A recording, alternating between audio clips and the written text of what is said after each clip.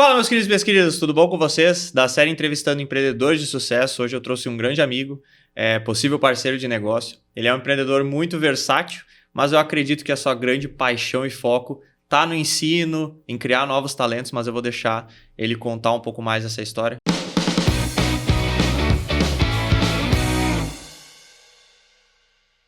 Matheus, muito obrigado por ter aceitado o convite. Eu sei que o dia a dia é bem corrido, a gente já tentou marcar outros dias, mas de verdade, obrigado por ter vindo aqui para compartilhar um pouco aí da tua história com as pessoas que estão nos assistindo.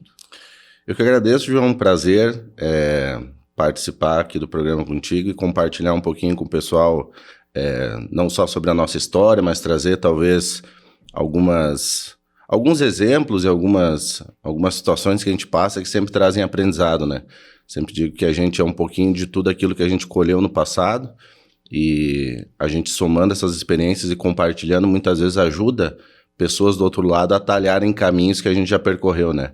A gente que está na linha de frente do empreendedorismo sabe que muitas vezes o caminho mais curto não é o mais rápido necessariamente e nem sempre o mais fácil. Mas esse aprendizado é constante e sim, a minha grande paixão é a educação, é o que me fez abrir mão de uma carreira corporativa de quase 10 anos, uma multinacional, líder global no segmento, então é a maior do segmento no mundo. No Brasil ela é segundo colocada em termos de market share, mas globalmente é líder. E, enfim, depois de 10 anos aí de muita luta, muita batalha, muita entrega, muita oportunidade também, muitas pessoas boas ao longo do caminho que me ajudaram também nesse movimento de crescimento. Eu cheguei no momento ali entre 31 e 32 anos que veio aquele questionamento do empreendedor, né, na cabeça, dizia aí, é agora a hora de decidir, né, porque daqui a pouco começam a surgir outras situações e tu acaba... aquele principal elemento que eu sempre digo, se as pessoas me perguntam às vezes, João, qual é a característica principal que tu atrela, assim, essa questão do empreendedorismo, para mim, assim, é a coragem. Essa é a grande diferença de pessoas que eu vejo que muitas vezes têm um grande potencial, que são fora da curva na forma de pensar, mas falta a forma de agir.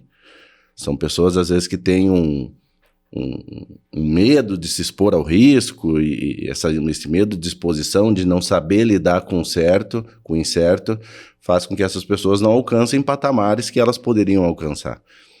Mas traz para elas esse outro lado, a segurança, muitas vezes, e o conforto de estar dentro de uma caixinha, numa coberta quentinho, né? Então, são pessoas que têm esse perfil, mas que, infelizmente, falta fomentar mais isso, né?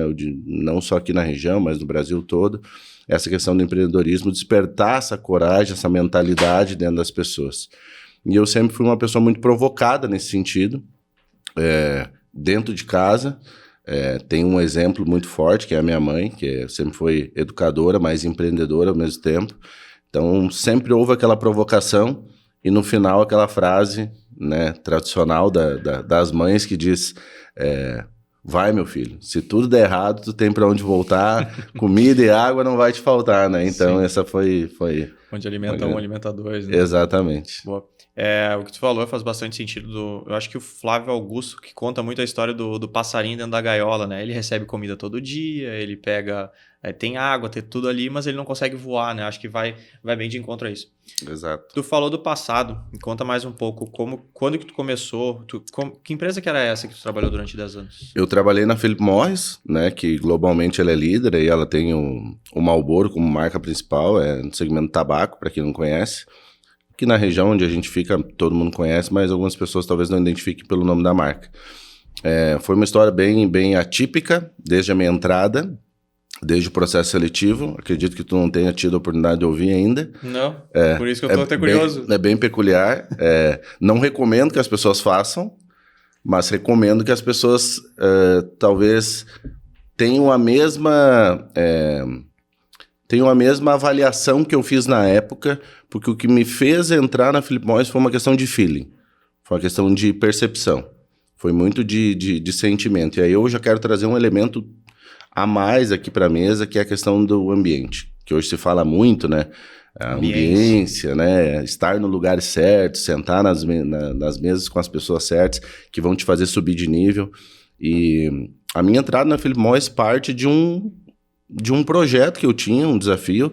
Antes de ir para a Philip Morris, eu trabalhava na Faculdade Dom Alberto. Eu era líder comercial e, na época, foi implementado o primeiro curso de MBA em gestão empresarial. E, obviamente, caiu no meu colo montar a primeira turma, né? Então, a gente fez um trabalho comercial bem forte, visitação em empresas, divulgação. Na época, não tinha redes sociais, como se tem hoje. Então, era muito porta em porta. Vai nos bancos, vai nas empresas, bate e, enfim. No trabalho no braço. No braço mesmo, né? E a gente conseguiu, a gente tinha uma meta de formar uma turma com 20 alunos e a gente conseguiu 28 alunos na primeira turma. Então foi, em termos de número, assim, um sucesso, em termos de entrega também depois, pelo programa que foi desenhado, as pessoas que acabaram vindo dar as aulas, acabou tendo uma repercussão bem positiva. E por eu ter sido líder comercial que ajudou a captar a maior parte desses alunos, o coordenador, na época de administração, que era o grande mentor desse curso, ele me ofereceu fazer o curso de forma gratuita, né? Eu falei, vou te dar um presente, tu vai ter acesso. Eu estava fazendo administração ainda, né? E ele disse, Matheus, o conhecimento é o mesmo. Se tu tá preocupado com o diploma, não vai. Uhum. Mas o que tu vai ter acesso ali é pessoas que hoje tu prospectou e tu vai criar um relacionamento. Naquela oportunidade eu comecei a entender o que era network, lá em 2008, né? E a partir dali, enfim, entrei no curso. Obviamente que o meu certificado depois ficou como um curso de extensão, nível de extensão. E naquele curso eu conheci algumas pessoas, dentre elas a Raquel, que era uma pessoa que trabalhava na Philip Morris, numa posição em recursos humanos, e ela tinha feito uma seleção interna, processo seletivo interno, tinha passado, e a vaga dela ia abrir. Só que a posição dela já estava definida, e por isso que ela, inclusive, se postulou a esse outro cargo internamente, que era uma posição que seria muitas atividades seriam digitalizadas. Era bem naquele início da digitalização de documentos, pilhas e pilhas de documento, tinha área de RIM lá, Recording Information Management, então, assim, praticamente um prédio, um pavilhão cheio de papel, o negócio era sumir aquilo tudo e botar tudo para dentro do computador, né? E aí, nós conversando, enfim, alguns meses de curso, ela comentou, Matheus, seguinte, ó, vai abrir uma vaga lá na Philip Morris. É uma vaga temporária, é uma vaga de 1 ano, mas, cara, tu tem todo um perfil, assim, que eu acho que iria bem, tal, conversou, se tu quiser se candidatar, tá lá o site. Numa empresa como essa não existe o QI, não tem que indica, assim, né, tu vai concorrer e fica à vontade, né, tipo, tô te falando da oportunidade, que eu nem saberia que ela existia se não estivesse fazendo curso com ela. Por isso que eu trouxe a Ambience. Importante estar no lugar certo com as pessoas certas. E criar esse vínculo genuíno com as pessoas, né? E a partir daquele momento eu me inscrevi na vaga. Participei de um processo seletivo de triagem, que até hoje existe essa agência aqui em Santa Cruz, que se chama Capital Humano. É verdade. Então, a Capital Humano, na época, acredito que hoje ainda tem alguma relação com a Philip Morris, preste algum serviço, mas na época, boa parte das vagas era feita uma triagem inicial pela Capital Humano, que selecionava os 3, 4 melhores candidatos e mandava para a empresa só fazer a entrevista final. E eu fiz todo esse processo, fui na Capital Humano, conheci a Priscila, que é a psicóloga, é a CEO lá, passei nessa etapa e me ligaram, né? Foi numa quinta-feira, assim, eu não me lembro se foi numa quinta ou numa sexta-feira, dizendo, ó, Matheus, tua entrevista é na próxima terça-feira, às 3 horas da tarde, lá na Philip Morris, aqui no centro, na antiga fábrica. Muito bem. Aí eu tava pronto, passei o final de semana inteiro treinando, me preparando, imagina, eu tinha na época 21 para 22 anos, grau de ansiedade extremamente alto, assim, sabe, e me preparei da melhor maneira que eu pude. Fiz literalmente o meu melhor. Até assisti um filme que falaram pra mim, não sei, né? Falaram assim, assiste aquele filme, talvez faça sentido pra ti. Obrigado por Fumar. Que falava sobre a indústria do tabaco. No final das contas, não me agregou em nada, assim, pra entrevista. Mas assim, é um bom filme. E eu tava tão imerso naquilo que, de alguma forma, talvez alguma informação tenha contribuído pra mim naquele momento. Mas estudei sobre perguntas de emprego, perguntas mais frequentes, treinei na frente do espelho, escrevi as respostas que eu gostaria, repeti, enfim, eu fui preparado. ou estava preparado. Passei o final de semana me preparando. Na segunda-feira, prévia da entrevista, eu em Vale do Sol, uma cidade aqui do interior, numa escola, fazendo divulgação, afinal de contas eu trabalhava numa faculdade, toco meu telefone. Olhei, atendi o telefone, Matheus, aqui é da Capital Humano. Tenho uma notícia para te dar. Infelizmente, nós cometemos um equívoco. Passou no processo seletivo, bateu o teu currículo na empresa e como pré-requisito para participar do processo, tem que ter graduação concluída. E eu não tinha graduação concluída. Eu tinha extensão. Eu tinha graduação em andamento e MBA em andamento. Os dois eu estava fazendo ao mesmo tempo. Só que eles não se atentaram a isso. Eles viram o MBA, talvez imaginaram, né, que eu já tinha graduação completa e me chamaram para o processo. Uma falha que pode acontecer, enfim. Mas que daí ela falou, me agradeceu e disse, olha, infelizmente não vai poder seguir. A empresa deu essa devolutiva e acabou o assunto. E eu fiquei muito mal. Eu fiquei assim, nossa, cara, eu tô assim, ó, só falta bater o pênalti, né? Cheguei na cara do gol, assim, e vou tropicar, enfim. E cheguei e fui falar com o meu coordenador na época, o Elvis, que hoje não mora mais na região, ele tá, acho que em Pelotas, ele trabalha na UFPEL, ele seguiu a carreira acadêmica. E o Elvis falou, poxa, Matheus, uma pena, mas vai aparecer outra oportunidade, né? Fica tranquilo, pô, tu é um cara que vai conseguir, enfim. E eu não sei o que aconteceu, mas eu tava incomodado com aquela situação.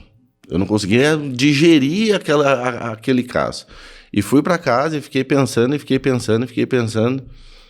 E eu acordei determinado, assim, eu falei, cara, eu vou lá na empresa. Eu vou meter uma de louco, assim. Vou chegar lá e vou inventar uma história e vou dizer que não entendi, enfim. Vou dar as caras. E aí podia ter dado tudo errado, né? Sim. Mas é o que eu digo, é muito feeling, porque eu poderia ter queimado a minha foto, vamos dizer assim, com a empresa. Pô, a empresa disse pra ti não vir, tu veio, tu tá com dificuldade de compreensão? Pois é. Mas tudo aconteceu como era pra acontecer.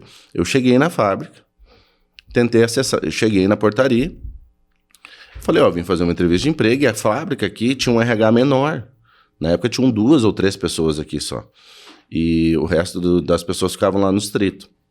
E eu cheguei aqui para fazer a entrevista, cheguei na portaria e falei, ó, vim para fazer uma entrevista de emprego. E o porteiro logo me reconheceu, porque 2 semanas atrás eu tinha visitado a Philip Morris pela faculdade para fazer um convênio, para dar desconto para os colaboradores e dependentes da Philip Morris estudarem no Dom Humberto. Legal, então ele me reconheceu, né? Ele tentou ligar no RH, para as pessoas me receber, ninguém atendeu o telefone. Porque estavam fazendo entrevista com outros candidatos, porque aquela tarde eles iam fazer entrevista. E eram poucas pessoas, então estavam provavelmente 2 pessoas ali fazendo entrevista. E de fato estavam. Na época era o Alexandre, que hoje é diretor global da JTI, ele fica na Tailândia, se não me engano, e a Daniela, que também trabalha na JTI. E aí ele falou, Matheus, não estou atendendo. Eu falei, fica tranquilo, eu sei onde fica. Só faz o meu acesso e eu vou... Ah, tu sabe onde fica? Eu sei, não, tava lá fazendo convite. Ah, é verdade, o cara fez o meu acesso. Hoje, isso não aconteceria. Talvez naquela época, se fosse outra pessoa na portaria, também não daria o meu acesso. Porque tu não consegue acessar a empresa, né? Normal, eu trabalhei 10 anos lá, eu sei como é que é. Vai ficar então, lá assim, no frio, lá até... Cara, tu vai ficar no frio esperando. Foi muita coincidência e a forma, talvez, ali como tu lida também com a situação, né? Enfim... Entrei na empresa, tinha uma cadeirinha na frente do RH, que era uma porta fechada, e sentei lá. Eu cheguei umas 15 para as 13, assim, e fiquei. Até 13h30, cara. Passava gente dentro da empresa, mas tu tá esperando alguma coisa? Não, vou fazer uma entrevista. Ah, não, então tá tranquilo. Até que daqui a pouco saiu o Alexandre e a Daniela, e saiu um rapaz junto, e eles agradecendo. Ó, a gente vai entrar em contato, papapá, e o rapaz foi embora. Tava fazendo a entrevista, né, normal. E no que ele saiu, eu peguei o vaca, entrei, bati na porta. Ô, prazer, eu sou o Matheus. Eles, o que seria? Eu falei, não, vim fazer a entrevista.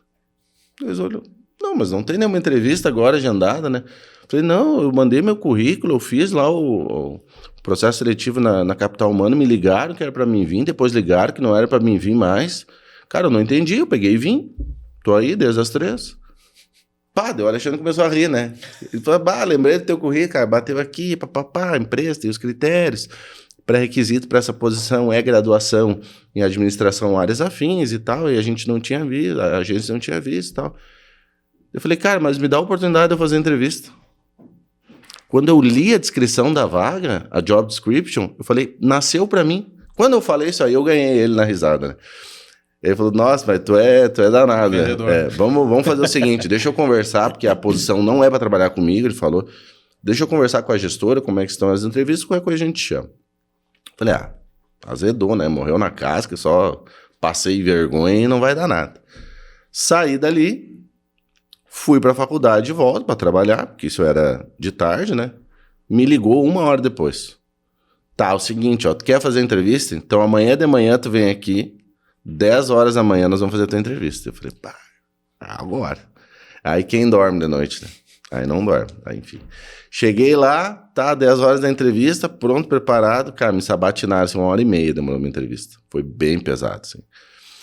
Muito porque também eles precisavam validar, e eu entendi depois, e obviamente foi um aprendizado para quando eu estivesse no outro lado da cadeira, validar muito aquela situação, porque eu estava numa cadeira de coordenador comercial da faculdade, comecei como estagiário, assistente, analista, virei coordenador, então estava construindo uma carreira, para ir para uma posição temporária, de 1 ano. E eles me perguntaram umas 20 vezes isso. Matheus, tá claro para ti que tu vai entrar no dia tal e tu vai sair no dia tal? Até que uma hora eu dei a resposta e falei, gente, em 1 ano muita coisa vai acontecer. E eu vou mostrar para vocês o meu valor, que eu mereço ficar dentro da empresa. E ponto final. E vai, pergunta, e pergunta daqui, aquelas perguntas para entender comportamento passado, para prever comportamento futuro, enfim, me esmiuçaram, assim. Literalmente saí suado, assim, na entrevista, sabe? E aí terminou a entrevista, foi por volta de 11h30, deu mais ou menos 1h30, voltei para a faculdade, fui direto na sala do Elvis, aquele que era o coordenador, contar para ele, ele falou, tu é louco, tu é maluco da cabeça, como é que tu me fez isso, e papapá, e nisso eu conversando com ele, antes do meio-dia, tocou meu telefone, no mesmo dia, era o Alexandre, Matheus, eu tenho uma notícia boa e uma notícia ruim, qual tu quer primeiro? Eu falei, meu Deus do céu, cara, me dá uma notícia boa, cara, notícia boa que tu foi o melhor das entrevistas. De todos que nós entrevistamos, tu foi o candidato que a gestora mais gostou. Não que foi o melhor, que ela mais gostou. Eu falei, qual é a notícia ruim? Ele, tu não tá totalmente aprovado. Você vai ter uma entrevista com algum gringo em inglês. Tô lascado. Você, só me dava aquele nervoso. Porque na época eu não tinha o inglês tão bem desenvolvido. Falei, só o que me falta me botar para fazer a entrevista em inglês, aí eu vou reprovar. Falei, qual é a notícia? Ele falou, tu tem que fazer o exame admissional. Pá! Que é de praxe, né? Sim. Então aquilo saiu um peso das minhas costas. Entrei na Philip Morris. E aí, João, acho que pessoas como nós, assim, que colocam um objetivo na frente, não tem nada que segure. Coragem, determinação, empenho, entender. Era a primeira vez que eu estava saindo de uma empresa pequena, de uma universidade, era uma academia, é totalmente diferente o negócio para ir para uma multinacional, então tu comete muitos erros, tem muita sede ao pote, quer fazer tudo, né? Eu cheguei lá querendo mexer, tem muita regra, e eu cheguei querendo mexer no doce de gente grande, entende? Porque é para mostrar não só o meu trabalho, mas eu digo, cara, como é que pode, cara? Como é que eles estão fazendo isso aqui ainda dentro de uma empresa dessa? Estão perdendo dinheiro. Eu levantava a mão, porque eu não tinha medo. Sim. E temporário, né? Era temporário, e eu precisava aparecer de forma positiva, precisava mostrar, ter visibilidade. E foi muito engraçado, que daí eu entrei na empresa e 2 dias depois a pessoa que me contratou foi mandada embora. 2 dias depois, ou seja... Todo o meu alicerce, normalmente o teu alicerce dentro de uma organização é o teu gestor que te contratado, que te escolheu, e ele faz todo aquele papel de buddy, ou enfim, Sim. Ele te acompanha. Ela sumiu, ela não estava mais lá. Eu falei, e agora? Então assim, 2º dia que eu estava da empresa, vem de Curitiba, o gerente da área, dizendo, olha...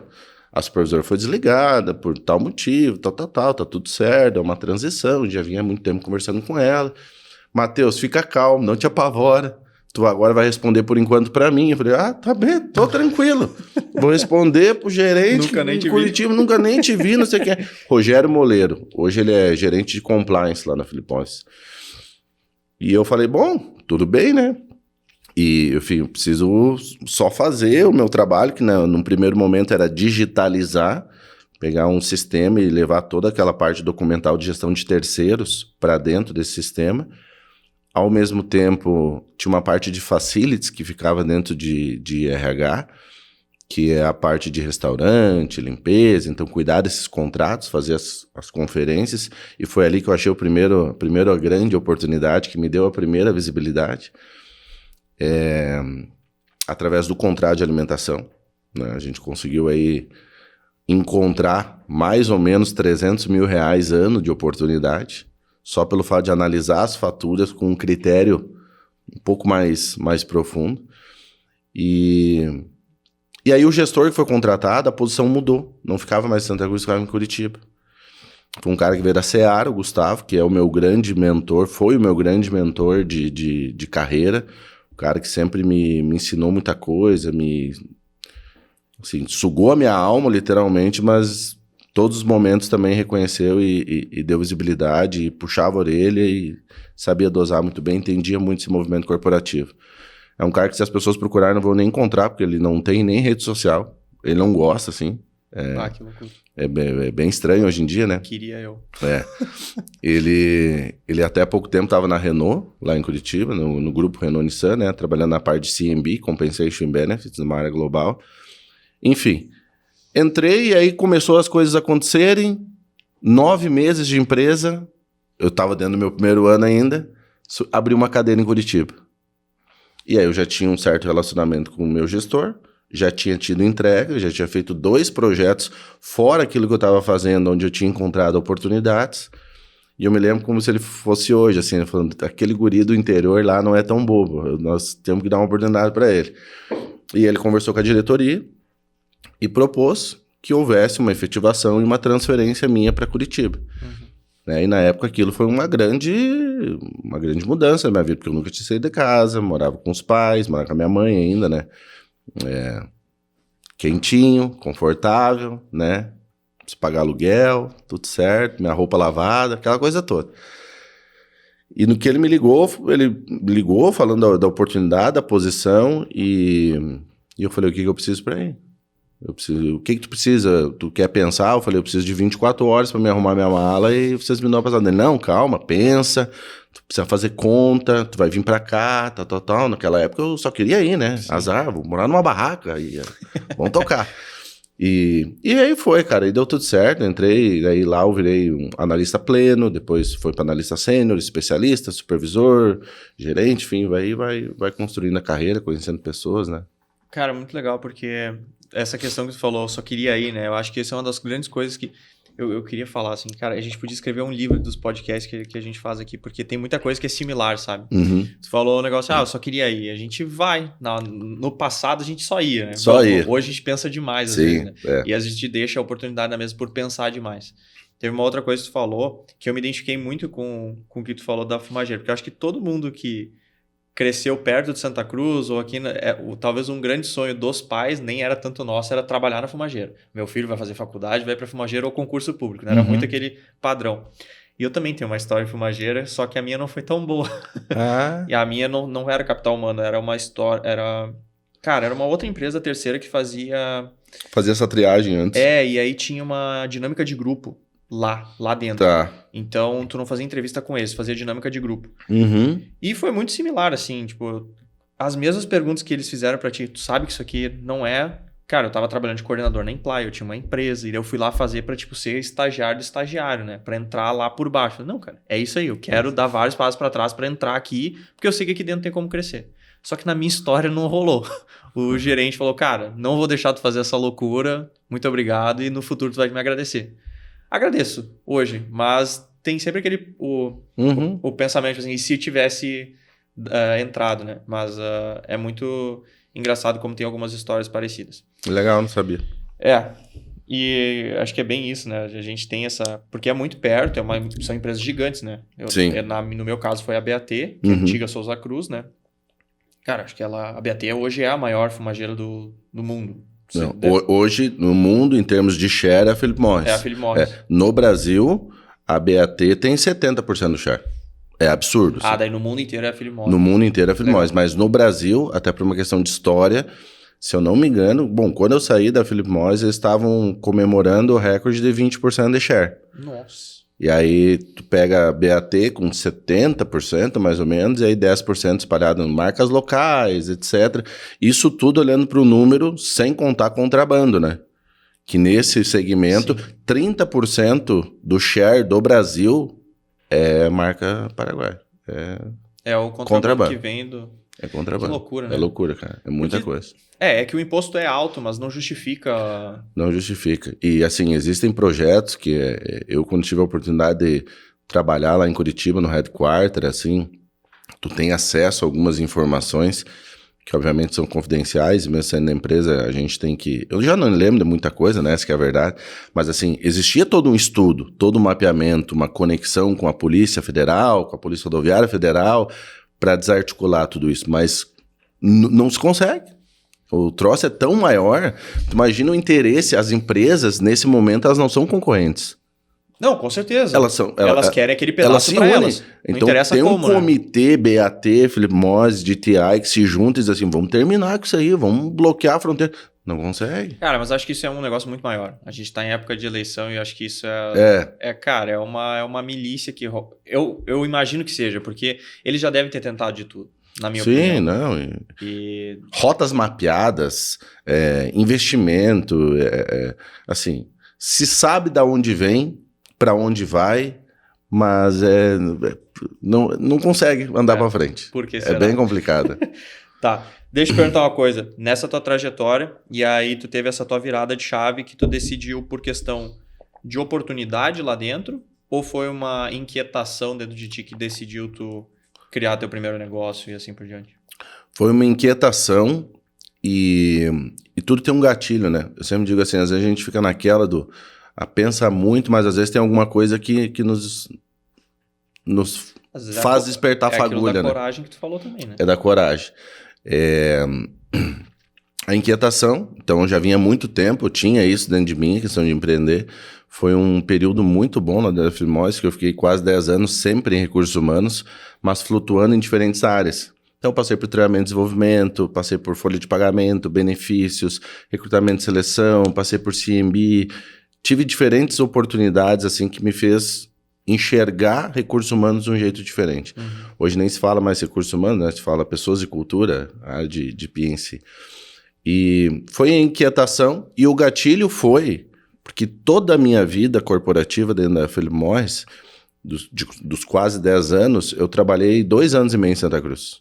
O resto foi tudo fora.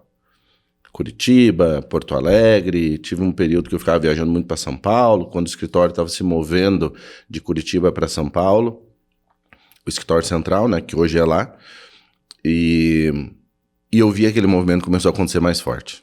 E eu estava lá em Curitiba. E eu falei, eu vou ser transferido para São Paulo. Certeza, vou ser transferido para São Paulo. E por a minha família, todo esse período ter ficado aqui, na região, eu já estava no momento que eu dizia, cara, comecei a pesar algumas coisas.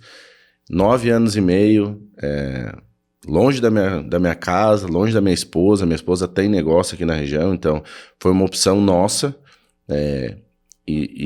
E um pedido meu, inclusive, para ela, falei, não abre mão das tuas coisas para ir comigo, porque a gente nunca sabe. Sim. Uma multinacional, a coisa está indo bem, mas daqui a pouco muda a diretoria, o cara entra, não gosta da tua fuça. Ou trocou a pessoa, ela entrou, não conectou contigo, e aí? Faz o quê? Aí o cara vem de fora, vem um diretor de uma outra empresa, traz as pessoas dele, e aí tu já não é mais bom. E infelizmente é assim que funciona. Uhum. Então tu tem que estar sempre se provando, né? Enquanto empreendedor, enquanto teu negócio próprio, também tem que estar sempre inovando, se provando pro mercado, mas é diferente, sabe? E eu já estava naquela batida há 10 anos, assim, muito acelerado. E aquele foi o gatilho, eu falei, cara, é a hora de eu arriscar. Eu tô com 31, aquela cabeça, a mentalidade que te gera conforto, se tudo der errado, ainda tenho tempo para voltar pro mercado. Sim. Vou estar com 32, 33, vou dar um peitaço aí 2 anos, se tudo der errado, vou fazer meu currículo, LinkedIn aí, vou pro mercado, cara, vou trabalhar, emprego eu vou conseguir, nunca tive medo de trabalhar, enfim. E aí, beleza. Aí comecei a pesquisar, e uma das coisas que sempre foi uma paixão minha foi a educação. Minha mãe é professora, eu iniciei minha carreira dentro de uma faculdade, então sempre gostei muito disso. E ao mesmo tempo, entendi como uma oportunidade de negócio essa questão do idioma, a questão do inglês, por ter uma lacuna absurda de pessoas que não falam inglês aqui no Brasil. E aí comecei a pesquisar, na época, um pouco mais, para trazer talvez algum modelo diferente aqui para a cidade, porque eu queria voltar para cá, né? Abrir meu negócio. Tinha feito um colchão financeiro dentro desse período de Philip Morris que me permitia ter essa capacidade de investimento, de fazer. Ia me descapitalizar, mas ok, é a vida do empreendedor, né? No final das contas, se tudo desse errado, tinha para onde voltar, tinha comida e tinha água, né? Então, aquilo sempre na cabeça. E aí decidi, encontrei uma marca na época que estava chegando no Brasil, via SMZTO, que é a holding de franquias do Semenzato, que hoje é a maior holding de franquias do Brasil. Eles faturam 4 bi, né? L'Entrecôte de Paris, Instituto Embeleze, Espaço Laser. Na época, a Microlins ele lançou, depois vendeu por 700 milhões a Microlins. É um grupo gigante. E na época trouxe uma marca chamada Life USA, de Orlando para o Brasil. O Guga, o Gustavo Kirten, era sócio da marca e garoto propaganda. E um projeto inovador, que tu vinha, fazia um curso por um tempo aqui no Brasil, fazia graduação lá em Orlando, já aproveitava e tinha férias, enfim, um negócio diferente, um método muito legal também. E tive a oportunidade de ir para São Paulo e conversar com o pessoal da franqueadora que estava trazendo o projeto. E por ser muito estratégico para a franqueadora naquele momento, a chegada do Matheus, porque eu ia ser o primeiro franqueado do estado, e é muito importante uma franqueadora ter referências, né? Quantas unidades tu tem no Rio Grande do Sul? Nenhuma. Tem alguém interessado, então vamos pegar esse guri, vamos convencer ele. Eu tive a oportunidade de sentar com o Semenzato. E naquela conversa com o Semenzato, ele abriu mesmo o jogo, sinalizou, olha, Matheus, é importante para nós ter uma bandeira lá. Pô, Santa Cruz é uma cidade bacana, fica no centro do estado, uma cidade que tem um potencial econômico forte. Vamos negociar e vamos fazer tu sair daqui hoje com essa franquia. E aí eu entendi o recado. Uhum. E aquele período de Philip Morris, muita negociação em cima da mesa, me fez aprender muita coisa também. Aproveitei para tirar o couro dentro das possibilidades do tubarão. Hoje é Shark Tank, né? Guardadas as proporções, assim, eu saí acho que dentro de um cenário muito bom. E aí iniciamos, só que 6 meses depois, e aí foi um dos grandes desafios que eu tive na minha vida até hoje enquanto empreendedor, foi convocada uma reunião em São Paulo. Já éramos em 17 franqueados, onde de novo o Semenzato aí convocou uma reunião com todos os franqueados informando sobre uma decisão de negócio da SMZTO de se desvincular da Life USA e entrar numa outra rede chamada United. Dariam todo o suporte, trocaria materiais dos alunos, etc. Mas eu fiquei extremamente desconfortável com aquela situação, porque... Tu trabalha em cima de uma marca também? Tu trabalha em cima de uma marca. Eu, dos franqueados lá, era um dos mais jovens de tempo de negócio. Deixa eu te perguntar, foi uma aquisição ou foi uma fusão das duas empresas? Não, foi uma aquisição. Daí aí ficou... Ele se desvinculou da Life, ou seja, não tem mais nada a ver com Life, tanto que na conversa foi mais ou menos assim, entendi. Vocês têm 3 opções, João franqueado. Número 1, vocês migram, a gente dá todo o suporte, então rompe o contrato com a Life, faz um contrato novo com a United, troca material dos alunos, etc. Número 2, vocês continuam com a Life, mas sem 1 minuto do meu tempo e nem R$1 do meu dinheiro de investimento, que não faz mais sentido. Sim. Tô entrando numa outra marca, tô me desvinculando daqui, que fique claro, isso para vocês podem continuar, mas vai ser assim. Ou número 3, vocês seguem a vida de vocês, a gente rompe o contrato, tu quer abrir a Smart English, Star English, English for qualquer coisa, tá ok. Qualquer contrato de franquia tem por prerrogativa ter um contrato de não concorrência, mas como partiu da franqueadora, eles abriram mão daquela cláusula, dizendo, tu pode abrir a tua escola se tu quiser, tá bem tranquilo. E daí tinha essas 3 opções na mesa, ou seja, desvincula daqui e vem pra cá. Quase todo mundo foi. Ficaram no final das contas 2 para trás. Eu e o Fábio, que era um franqueado do Rio, que tinha investido numa escola dentro de um shopping lá no Rio de Janeiro. E todo um posicionamento de marca, Orlando e toda aquela questão, sabe, que eu tava falando. Ele era oriundo da Lenovo, ele era do mercado corporativo também, do mundo corporativo, e a gente não migrou na época. O resto todo mundo foi. Todo mundo foi, fez a transição, e ele nos chamou para conversar. E eu falei, cara, eu não tô confortável por tomar essa decisão agora, porque fazem 6 meses que eu tô posicionando essa marca em Santa Cruz. É uma cidade com 130 mil habitantes, uma cultura extremamente tradicional, germânica, enraizada. Então, assim, tu demora para conquistar muitas vezes a confiança das pessoas, mas depois que tu cria a tua reputação, pô, aí o teu negócio vai em frente, porque as pessoas veem que é um negócio sério, um negócio... Como é que eu vou chegar 6 meses depois que eu vendi uma coisa pro meu aluno, não é nem pro novo, e vou dizer para ele que já não é mais o melhor método, que já não é mais isso, e vou trocar? Não, mas nós vamos te apoiar na comunicação, não sei o que. Eu falei, mas não é assim que funciona. Não é assim que funciona. Eu falei, eu entendo a tua posição, mas eu na minha de sardinha, não de tubarão, eu preciso pensar no meu negócio. E aí foi passando um tempo, e o pessoal me ligando, porque no final do dia, como eu ainda tinha contrato com a Life, e ele era a franqueadora, ele estava no meio de campo. E ele queria terminar esse vínculo total. E estava eu e o Fábio ainda presos ali, então ele não conseguia encerrar por completo esse vínculo. Até que depois de algum tempo que eu decidi ficar com a Life, eu falei, cara, eu vou ficar com essa marca, vou acreditar na marca e vamos tocar.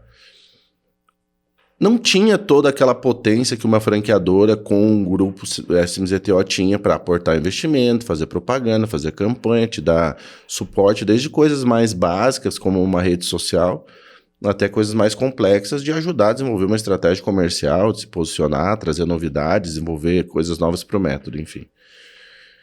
E aí eu comecei a ter que fazer tudo sozinho. Tem que fazer isso, contrata uma agência, faz isso aqui, daí valida com quem? Da franqueadora, porque franquia, o negócio é extremamente padrão. Sim.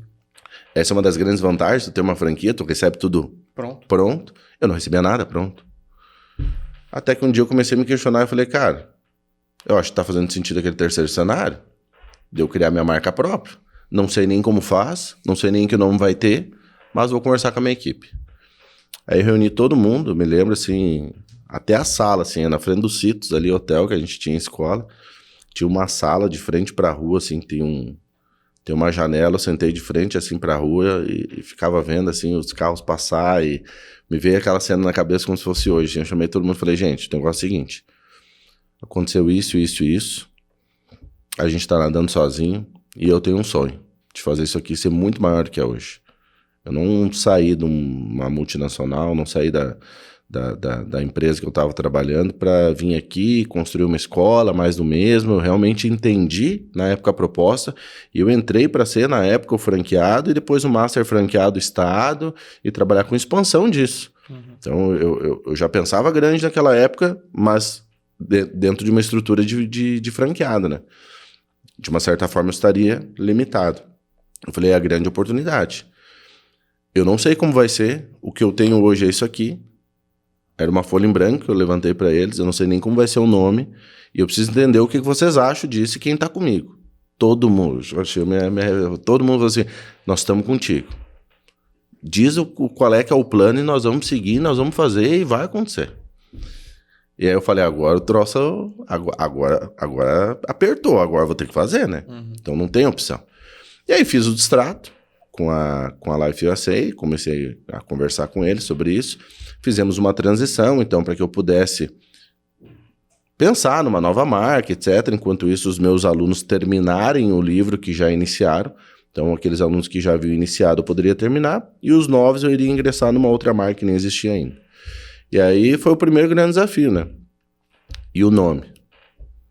Cria o nome da onde? E aí que foi todo um trabalho de pesquisa, daí tudo que eu criava já tinha, viu?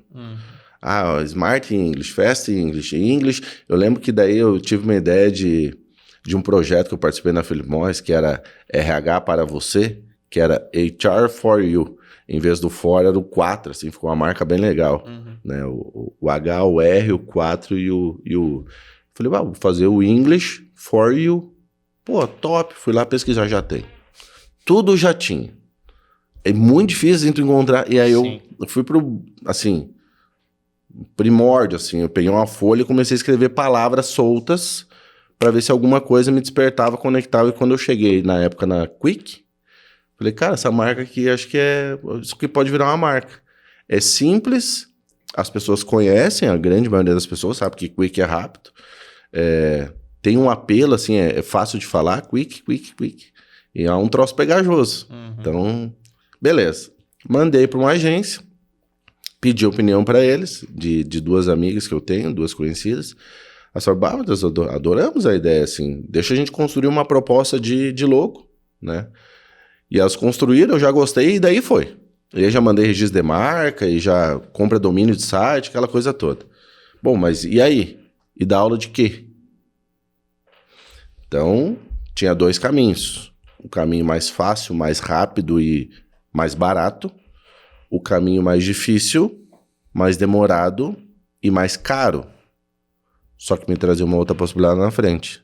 Óbvio que eu decidi por esse aqui, né? Quem me conhece sabe que por ter lá na frente a ponta possibilitando um voo maior, eu ia optar por esse aqui. O que eu tô querendo dizer com isso? Questão do método. Eu poderia, na época, simplesmente ir numa distribuidora, como tem algumas escolas de bandeira branca que fazem isso, e nada contra, porque são excelentes livros e métodos, cada escola define o seu padrão, o seu método de ensino. Livros da Cambridge, da Oxford, da Cengage, que tu tem lá os livros de inglês, os anos, tu compra, tu recebe um treinamento, tua equipe pedagógica e repassa o método para o aluno na sala. Só que com isso tu fica amarrado, tu tem que seguir o método deles, do jeito deles, enfim, tem que vender livro para o aluno, goela abaixo, que era uma coisa que eu já tinha na live, a experiência, não gostava, que eu tinha que comprar o livro extremamente caro e tinha que repassar isso para o aluno.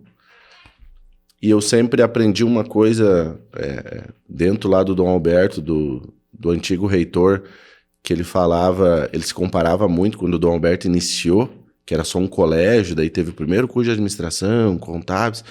Nós dizíamos, cara, nós vamos brigar com um gigante que tem uma universidade muito potente e ótima aqui em Santa Cruz, como é que a gente vai se posicionar? E ele dizia, vocês não precisam se apavorar com a infraestrutura, tijolo não traz conhecimento. Ele usava essa frase, tijolo não traz conhecimento. Nós precisamos qualificar dentro da sala de aula. Eu vou trazer professor bom, vou trazer, por exemplo, o direito, né, no futuro desembargador, ex-juiz, vou trazer time de elite para que os nossos alunos saiam e eles vão ser a nossa melhor propaganda. Mas dito e feito, né? Hoje o Dom Alberto é uma referência aqui na região.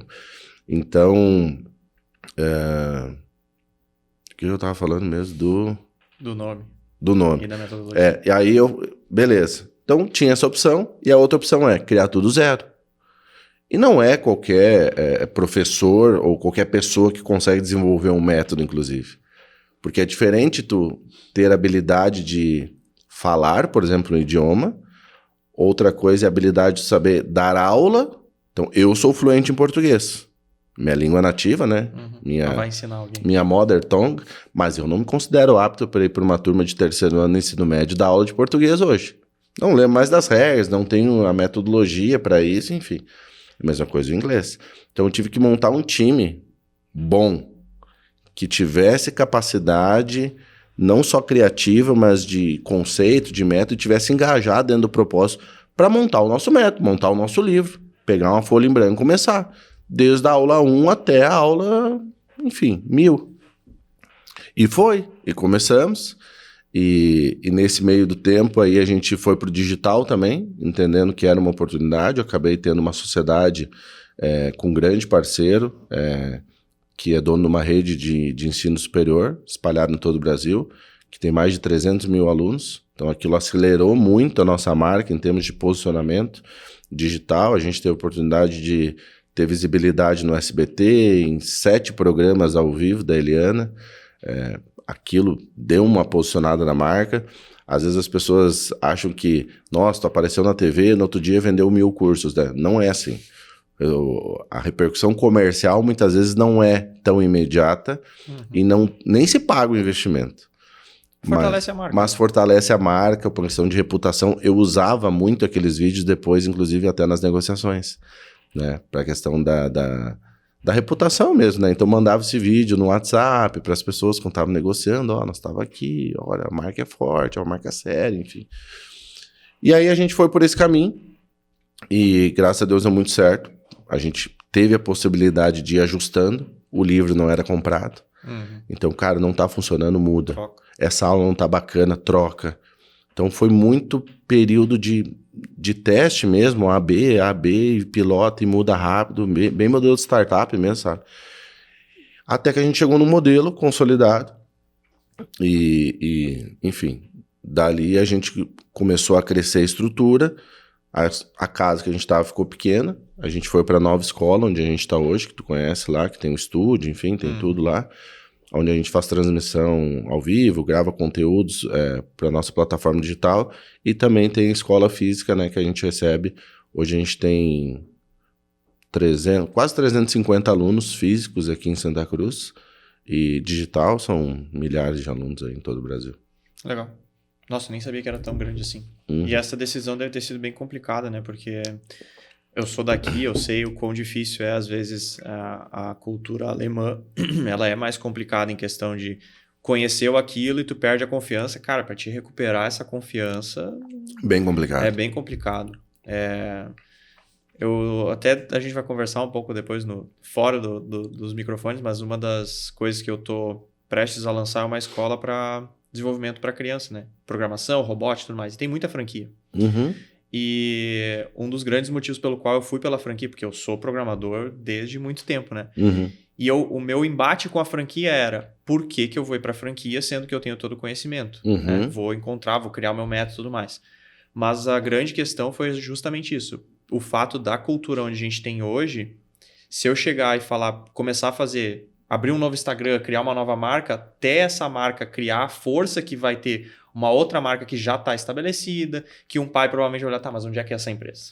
Quem é que é o dono desse negócio? Da onde que veio? Porque é isso que o pai vai fazer. Cara, eu estou botando meu filho lá todos os dias dentro da escola. Quero saber de onde é que vem essa escola. Quem que está tocando essa escola? Como é que é o ambiente dessa escola? Vai ter estrutura suficiente? E o meu filho, antes de eu buscar ele, onde é que ele vai ficar sentado? Porque o pai nem sempre chega na hora que o filho vai embora, né? Vai chegar uma meia hora depois, então vai ter um lugar. Então, tudo isso são coisas que uma marca traz para dentro da escola, que ela força dizer, não, nós somos uma coisa estável, confiável, que tu não precisa se preocupar. Teu filho vai entrar aqui e vai estar tudo certo, né? Então, isso é bem interessante. E bastante complexo também. Às vezes a gente acha, não, é só criar e sair operando, mas na verdade não é tão simples assim. Tem muito desafio. Tu passa muitas vezes por situações que são previsíveis, então tu consegue muitas vezes montar um plano de contingência, uma situação assim, por exemplo, tô criando conteúdos e tô hospedando esses conteúdos em tal lugar. Tá, mas e se cai esse lugar, assim, se cai essa nuvem, né? Eu não sou da tecnologia, mas o negócio eu tô falando, cria um backup, então algo previsível, tu joga em 2 lugares, tu tá seguro. Sim. É como se eu tivesse 2 pendrive com a mesma informação. Se esse aqui quebra ou some, eu tenho outro, né? Mas tem coisas que tu não prevê, como troca de equipe, por exemplo. Né? Eu me lembro que tinha uma pessoa que estava bem imersa, assim, conosco, que ela é uma estudiosa, assim, dessa parte de metodologia, e ela veio informar que ela ia se mudar de cidade por uma questão pessoal. Tô indo embora para Passo Fundo e tô indo embora. E eu, meu Deus do céu, não posso perder essa mulher, né? Muito boa, assim, é a Briane, então já fica o meu reconhecimento aqui para ela, inclusive público, que participou junto com vários outros professores, assim, a equipe que eu tenho é muito boa, assim, tive muita sorte desde o começo de ter pessoas comprometidas, engajadas, poucos casos, assim, que eu tive um pouco mais de dificuldade, vamos dizer. E aí, esse tipo de situação é bem complicado, sabe, João? Porque como é que tu faz para repor muitas vezes isso? Sim. Não é só questão técnica, não é só a pessoa que faz o café, é a Dona Maria. É a Dona Maria que o cara chega todo dia, ela te conhece, e tu sabe do teu jeito, ela sabe tudo, é uma pessoa agradável, uma pessoa de bem com a vida. Aí tu traz uma pessoa que vai fazer a mesma receita do café, mas é um ranço. É uma pessoa que tá sempre reclamando, e aí tu troca, e vem outro com outro ranço. Então, assim, quando tu encontra essas pessoas, tu quer manter essas pessoas perto. E muitas vezes a gente não consegue por N situações, né? Então esse é um dos grandes desafios, né? Acho que de todo empresário, empreendedor, é não só atrair, mas reter talentos dentro da empresa, né? Sim, porque a gente, querendo ou não, é bem complexo. Lá, eu entrei dentro de uma escola e a gente estava falando muito sobre isso. Quando a escola tinha começado, o professor foi embora. Então, o dono teve que assumir o papel do professor, que já é um problema. Aí até encontrar outra pessoa, esse professor antigo conhecia os alunos, o nome, sabia quem era o pai, sabia se tinha algum tipo de dificuldade. Então, tudo aquilo acaba ficando dentro da pessoa e ela não consegue, às vezes, compartilhar. Mesmo que seja, ela vai lá, vou te dar os 30 dias, né? Cara, Sim. 30 dias para te me passar o histórico de cada um dos alunos é bem complicado. É né? complicado. E a gente trabalha com educação.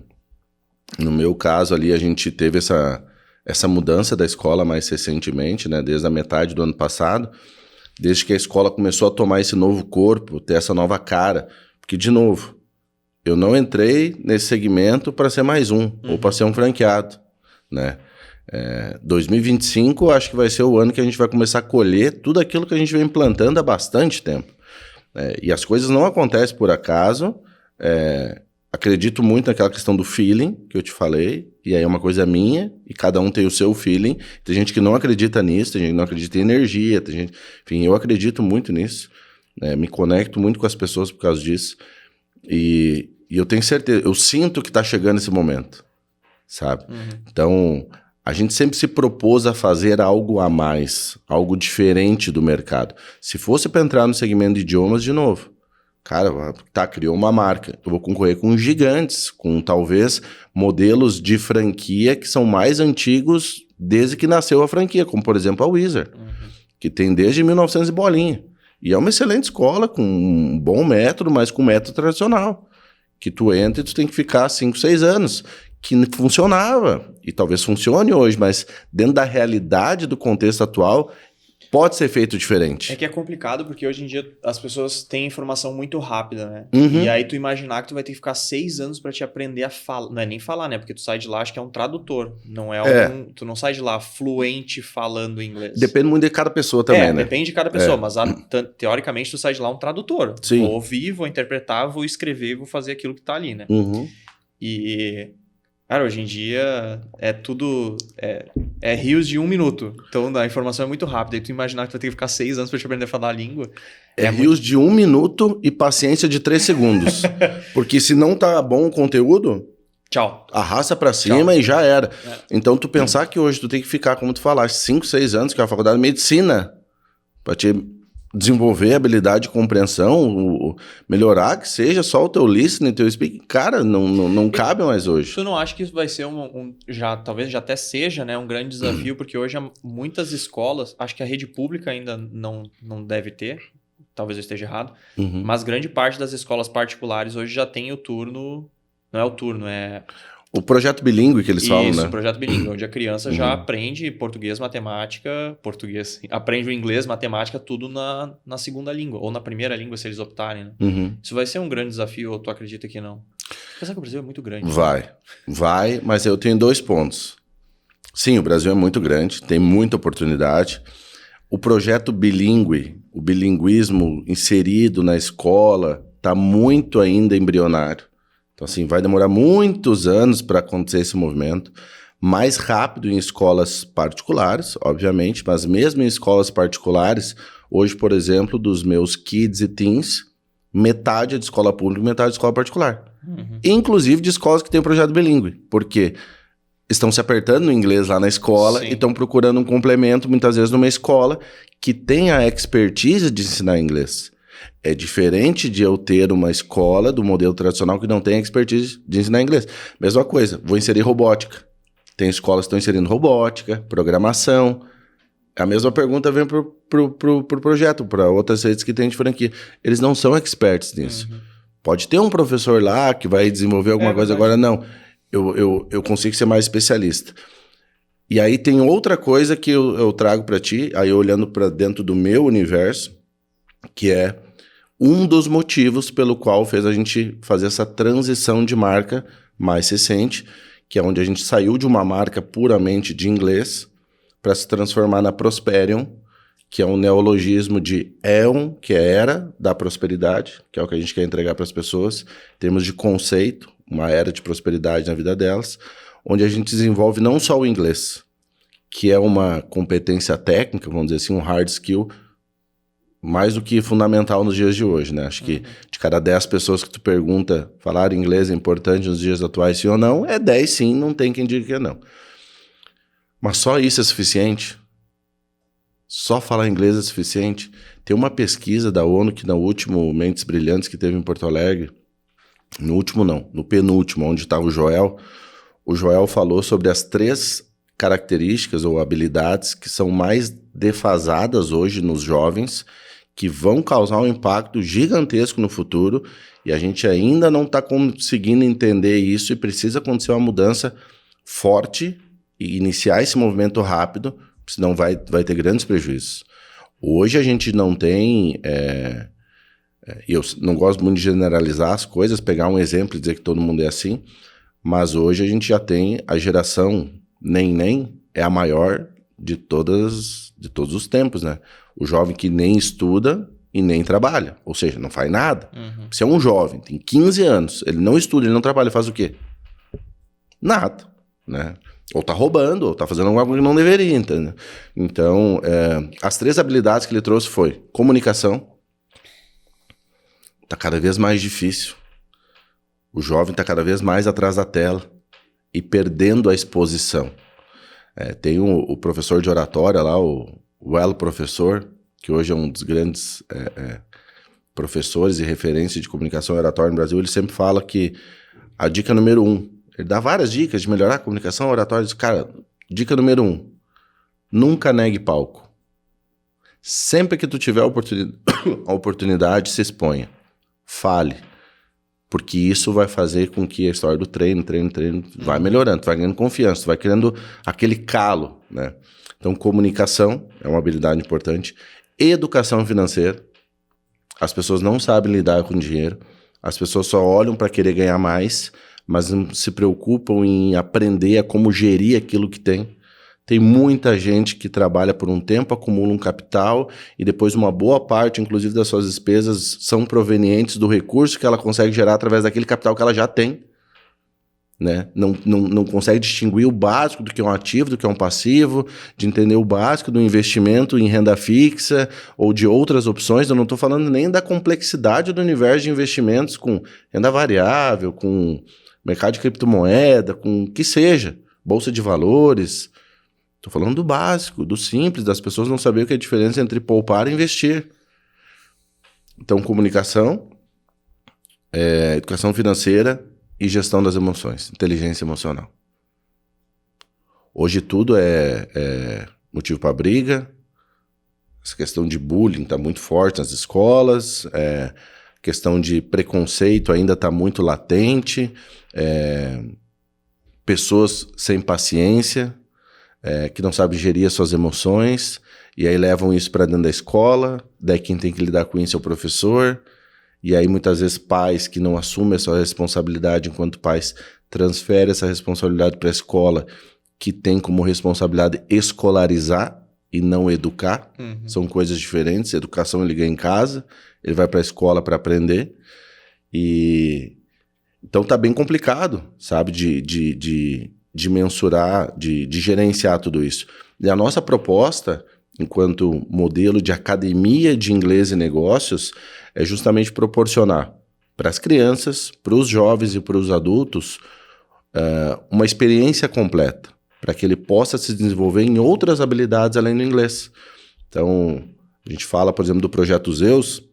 A gente tem na escola, o nosso aluno, o jovem hoje, ele aprende inglês, ele aprende informática, pelo menos o básico, ele vai saber o que é o Excel, ele vai saber as fórmulas básicas, ele vai saber concatenar uma planilha, ele vai saber criar uma tabela dinâmica, construir um gráfico, não para bonito. Aquilo ele já vai começando a desenvolver a capacidade analítica, de interpretar dados, tá? Qual é o melhor gráfico que eu vou usar para apresentar esse tipo de informação? Às vezes é um de pizza, às vezes é um de coluna, às vezes é um de linha. Isso desenvolve outras habilidades também. Então, informática, educação financeira, onde ele aprende todo esse universo financeiro, desde a diferença entre poupar e investir, até renda fixa, variável, tesouro direto. Eu me lembro que na primeira formatura dos Zeus, uma mãe veio nos falar que ela descobriu o tesouro direto pela filha, de 14 anos. Nossa. Ela falou, nem sabia que isso existia, porque é uma pessoa que é extremamente conservadora em termos de investimento, de apetite ao risco. Ela não tem apetite ao risco.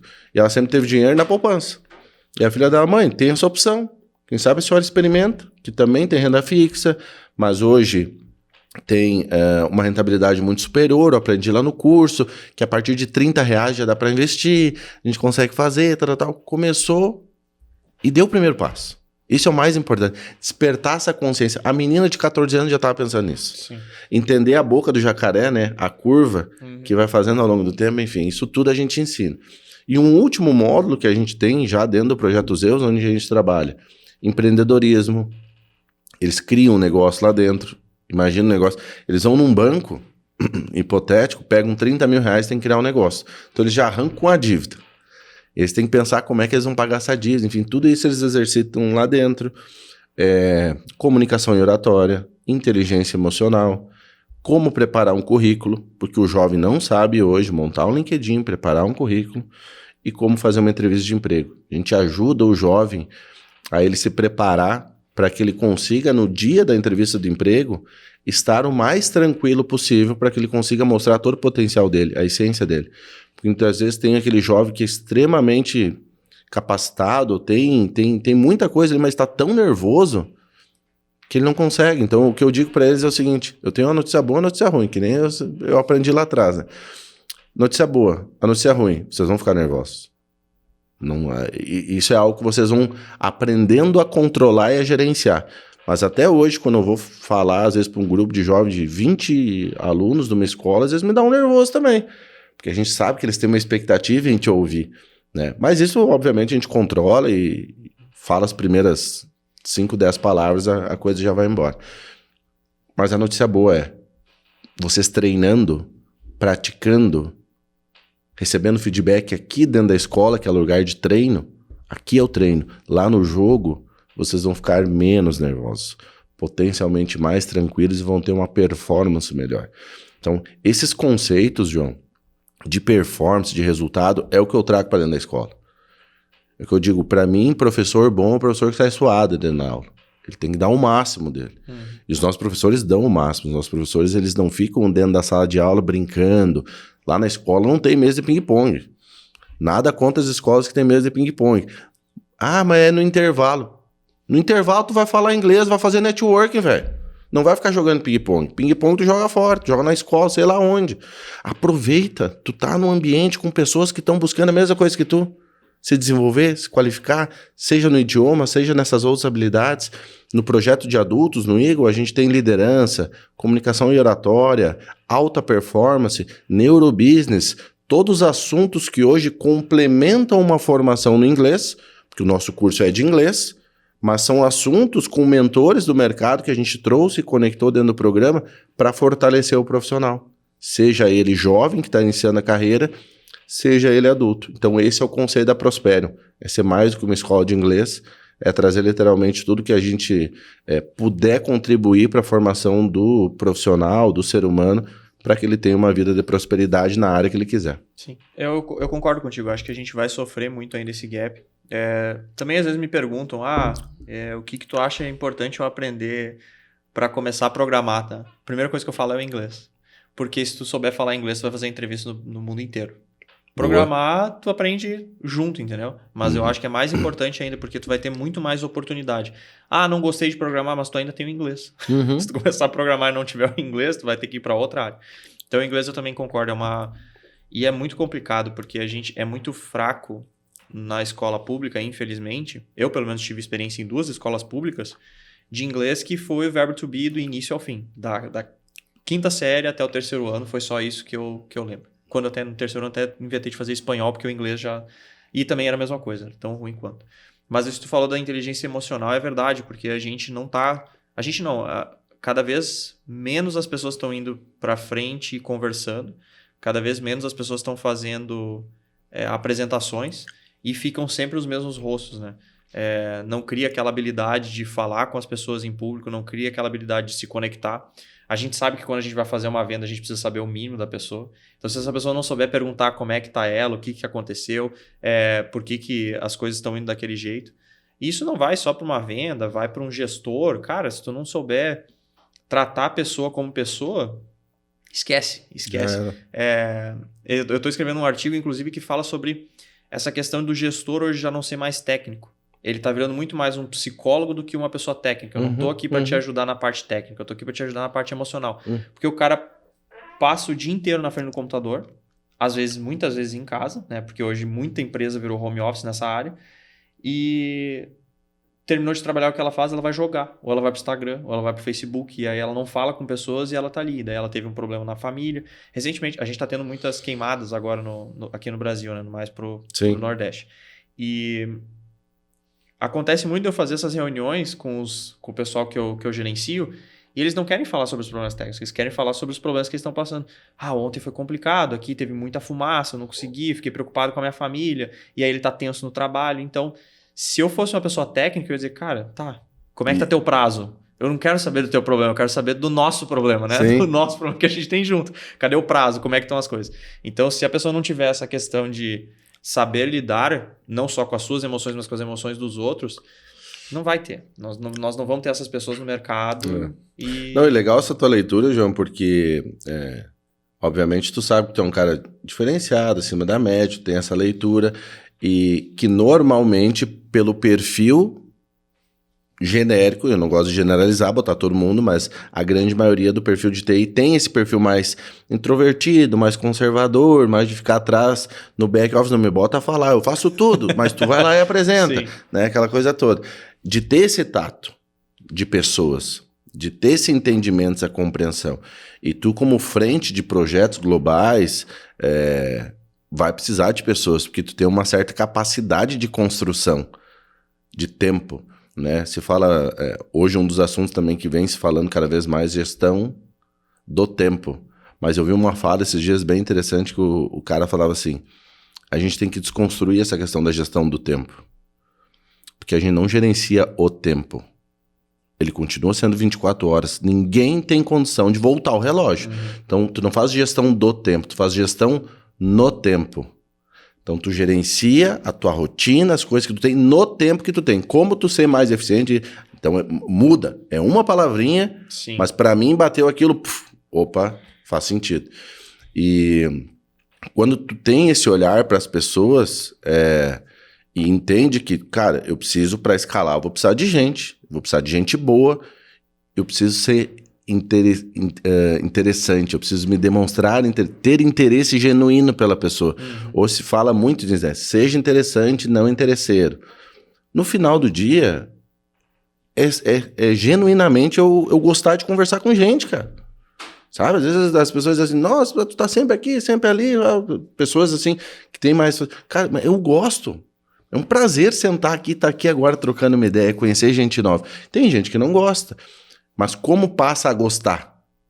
Tendo essa experiência, sendo exposto, né? E muitas vezes tendo uma experiência positiva. Não adianta eu pegar um cara que não gosta de sair e levar ele numa balada onde ele vai chegar lá e vai dizer, meu Deus do céu, isso aqui é uma loucura. Não, leva o cara numa experiência, num workshop, numa palestra, num evento, onde o cara vai lá, vai ter uma absorção de um conteúdo, no coffee vai conectar com um cara legal, cara, tu faz o quê? Faço isso, que legal. Daqui a pouco já cria uma conexão genuína que dali surgem negócios, enfim.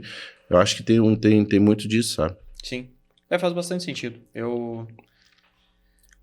Às vezes às vezes a pessoa diz que não gosta, mas ela não sabe se ela não gosta. Ela nunca, ela tem receio, eu não quero porque eu vou ficar nervoso, eu não vou saber o que falar, eu não vou saber o que vai ser, como que eu vou apresentar, e se der errado, e se as pessoas me julgarem, a questão do julgamento também é muito forte, né? E o que as pessoas vão falar? E se eu falar alguma coisa errada? E se eu esquecer, né? É muito... Essa questão da inteligência emocional é muito legal. Eu não sabia que vocês estavam... eu lembro que tu comentou essa parte da gestão financeira, eu lembro que tu comentou do inglês lá dentro da Prosperium, mas essa parte da gestão das emoções, assim, é bem interessante. Bem interessante. E a gente está trazendo isso, João, tanto para o presencial como para o online, né? Porque, obviamente, o online nos possibilita capilarizar o produto, chegar em lugares que a gente não chegaria. Ontem eu estava lá na escola, a Patrícia, ela estava fechando uma venda com uma menina lá de Goiás. Quanto tempo eu demoraria para chegar lá? Talvez comunidade física, né? E a gente está trazendo isso, e o nosso mentor de inteligência emocional é o Marcelo Soares, trabalha com isso há 30 anos, já mentorou individualmente, ele sempre fala que mais de 500 pessoas, dezenas de negócios. Então, nossa equipe é especialista em idiomas. A grande sacada é a gente trazer outras pessoas para a gente ter na nossa prateleira uma esteira de soluções para que o aluno diga assim, eu encontro tudo na Prosperium. Eu quero estudar inglês? Tem lá. Eu quero desenvolver a parte de inteligência emocional? Tem lá.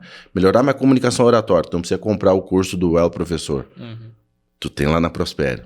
Eu quero melhorar a questão de vendas. Não precisa comprar o curso do João lá das vendas. Pode comprar o curso. Até para ter o primeiro contato. Tudo lá dentro, para ter o primeiro contato. E aí tu vai ver se é realmente aquilo, cara, vai gostar. Não tem, porque tu falou, vai trazer um especialista ali, não vai ter. Não. E tu falaste assim da questão do trabalho remoto, né? E da necessidade do inglês. Pra gente que tá lá na escola, assim, parece que cada semana acontece uma situação. Fazem alguns dias, na verdade já fazem algumas semanas, que eu recebi um WhatsApp. Não conhecia a pessoa. Dando, Matheus, tudo bem? Meu nome é fulana de tal. É um caso real. Meu nome é fulana de tal. Eu recebi o teu contato da minha amiga, que é uma pessoa que tem negócio ali no complexo, falando que tu poderia me ajudar. O meu marido, ou seja, ela estava pedindo ajuda pro marido. Meu marido vai fazer uma entrevista de emprego amanhã. Vai ser online. É totalmente inglês. E ele não fala uma palavra em inglês. Meu Deus. Eu falei, meu Deus do céu. Tu consegue? Ela disse que tu consegue nos ajudar. Aí eu fui muito sincero, mandei um áudio pra ela, falei, olha, eu tenho 2 notícias pra ti. Tu já sabe qual que é, né? A notícia boa e a notícia ruim. Falei, a notícia boa é que nós vamos pegar esse guri aí, tu manda ele aqui, eu vou fazer esse guri saber se apresentar.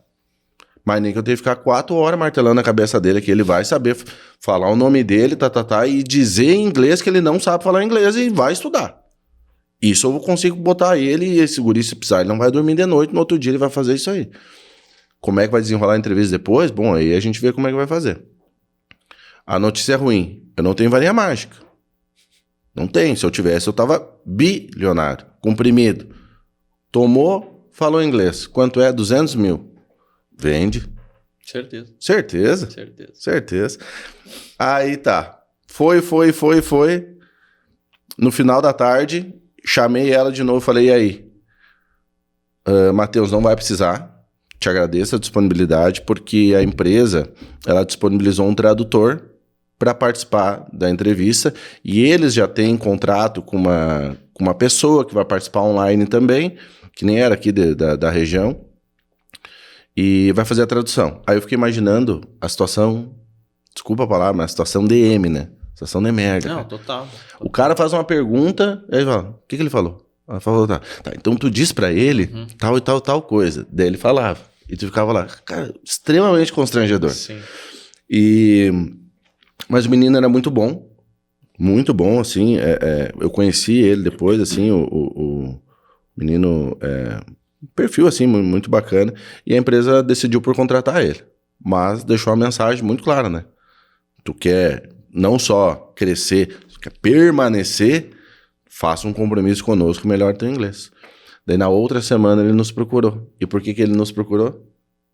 Porque no momento que ele precisou... Vocês estavam lá. Eu estava lá e ofereci a mão. Porque ela perguntou assim, quanto vai ser? Eu falei, não vamos pensar nisso agora, só quero ajudar ele. Cara, ele tá com um problema para resolver amanhã.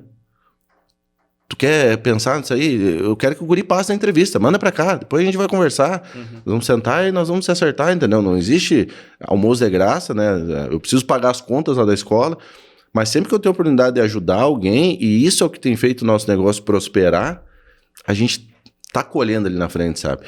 E o que eu te falo de 2025 é porque o nosso projeto, ele precisa sair de Santa Cruz. Então aqui a gente está consolidando a marca, posicionando o modelo presencial, já tem a nossa plataforma online agora pronta, completa. Estou para fazer uma parceria com um grande grupo aí que tem 33 mil colaboradores. Então, para a gente levar essa questão do idioma para eles, através online, obviamente. E o meu próximo passo é transformar a Prosperium numa franqueadora, para que eu possa, obviamente, expandir o negócio, o modelo de franquia para todo o Brasil. O projeto já está pronto. Já tem COF, já tem pré-contrato, já tem contrato, toda a documentação, manuais de operações, enfim, está pronto. Matheus, por que não lançou ainda? Porque ainda existem alguns ajustes finais, algumas coisas que a gente está preparando para que em 2025 a gente se lance no mercado efetivamente como modelo de franquia e que a gente possa, se Deus quiser, na metade do ano que vem, acredito que vai ser, estar na Feira da BF, em São Paulo.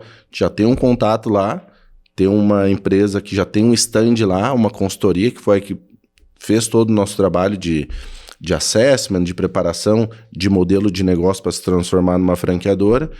E eles têm um stand que normalmente eles dividem e colocam algum parceiro de negócio para poder se posicionar lá.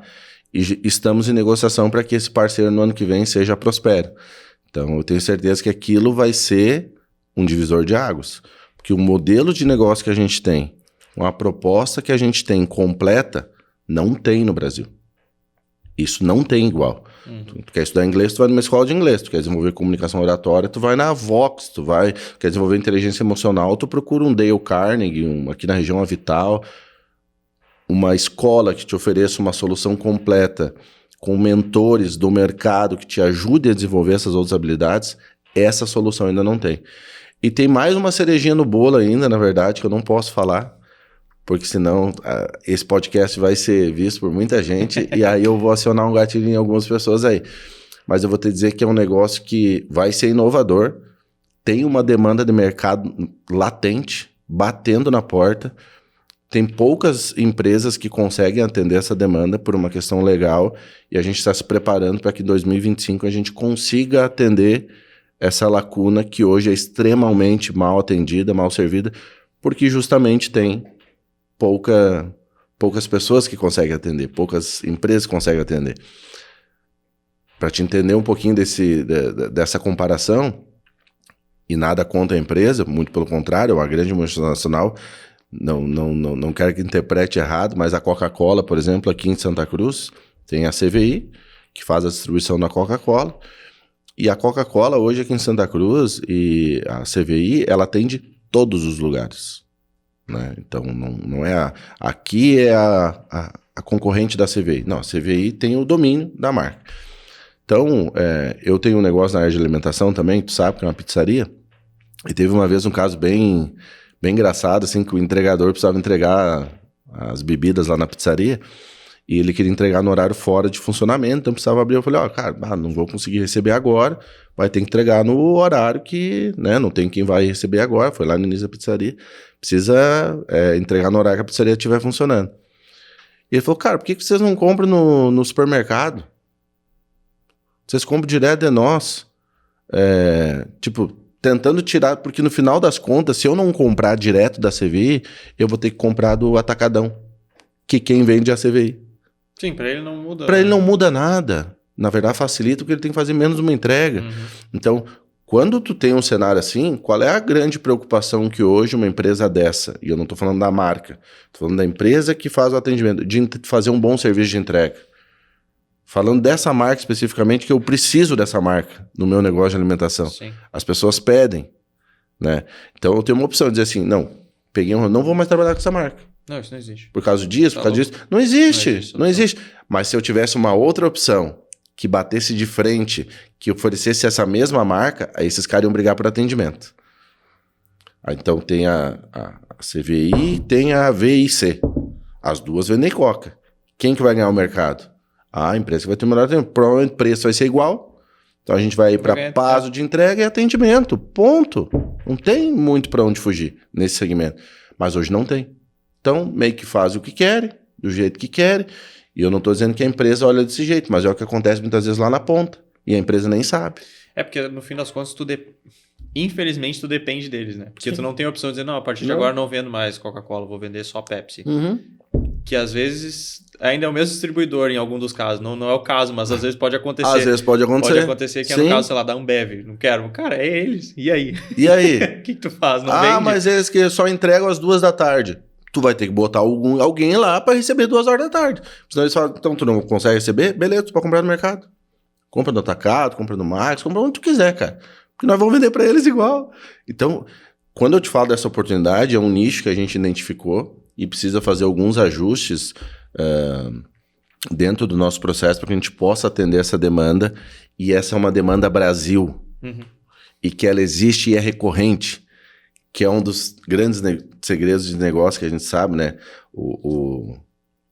Não é o Thales, o Alfredo da G4, Tem um vídeo que ele fala sobre os 3 R's, né? Importantes, assim, para que tu tenha um negócio próspero. Receita, ou seja, diferentes fontes de receita, tu não ficar muitas vezes nichado num produto só, então não vender só banana, daqui a pouco vender maçã junto, enfim. Procurar diferentes fontes de receita. Rentabilidade, porque não adianta de nada tu ter venda, mas não ter margem. E terceiro, recorrência, que para mim é um dos principais, porque a minha margem até pode ser um pouco menor, eu ter poucas fontes de receita, mas eu ter previsibilidade por ter recorrência. E esse é um negócio que tem recorrência latente, todos os anos, e no Brasil inteiro. Então, no momento certo, eu vou compartilhar isso. No off eu posso compartilhar contigo, mas agora eu não posso falar. Muito bom. Esse dos 3 R's, acho que a gente compartilha da mesma dor, né? Porque muitas pessoas, às vezes, principalmente na parte da recorrência, né? A pessoa, um vendedor de celular, ou de geladeira, ou qualquer coisa, cara, é uma venda que tu vai receber e no outro mês tu tem que vender de novo. Roupa, no outro mês tu tem que vender de roupa. Quando tu tem um modelo assinatura, tu tem uma recorrência. Então, tu vai vender para novos clientes, tu tem que se preocupar com o churn. Aí é outra questão. Mas é muito melhor tu se preocupar com o churn tendo uma recorrência entrando todos os meses do que todo mês pensar do zero. Tá, agora eu tenho que vender tantas camisetas, tantas geladeiras e assim por diante. Matheus, antes da gente encerrar, como que o pessoal faz para encontrar a Prosperium? Como o pessoal faz para te encontrar? É muito fácil hoje em dia, né? Com a rede social. Acho que aqui na região todo mundo sabe. A gente tem uma unidade física aqui no centro, na Senador Pedro Machado, ali no complexo do BBTK. A gente tem uma infraestrutura hoje ali de quase 500 metros quadrados. Então, fica o convite para quem é de Santa Cruz e região ir nos conhecer. Para quem estiver em outros lugares, pode nos acessar via Instagram, Prosperium_Academy, ou através do site prosperium.com.br, ou através do site Projeto Zeus, prosperium.com.br. Então, botando Prosperium lá já vai aparecer. A nossa plataforma já está disponível com aplicativo para Android, para iOS. Então, hoje a gente já consegue ser facilmente acessado os nossos conteúdos, a nossa proposta para a gente levar o Brasil todo. Tá. Eu faço falar, tá? Mas eu vou colocar tudo na descrição. Eu faço falar porque daí o algoritmo ele ajuda a divulgar. Legal. Mais fácil. Tem a estratégia, não é? Não sabia. Senão é só colocar na descrição. Não, tá na descrição. Não sabia, falando, legal. Ele ajuda. Ele ajuda. Isso aí, ó. Vamos ajudar o algoritmo. Vamos ajudar. Vou te botar uma saia justa. Isso, obrigado. Vai ter desconto para quem acessar no primeiro mês? Sem dúvida. Desconto? Sem dúvida. Para quem enviar um cupom lá que a gente vai deixar. Com certeza. Quanto de desconto? A gente pode colocar algo agressivo, né? Eu não vou pro jogo para brincar, entendeu? Eu sou até no para o ímpar, sou competitivo. Então acho que para ser algo bacana aí 50%. Show. 50% nós vamos deixar um mês lá então. Quem Show acessar esse podcast lá, 50% de desconto. Então. Maravilha, combinado. Então, tá. Muito obrigado. Maravilha. Até a próxima. Valeu.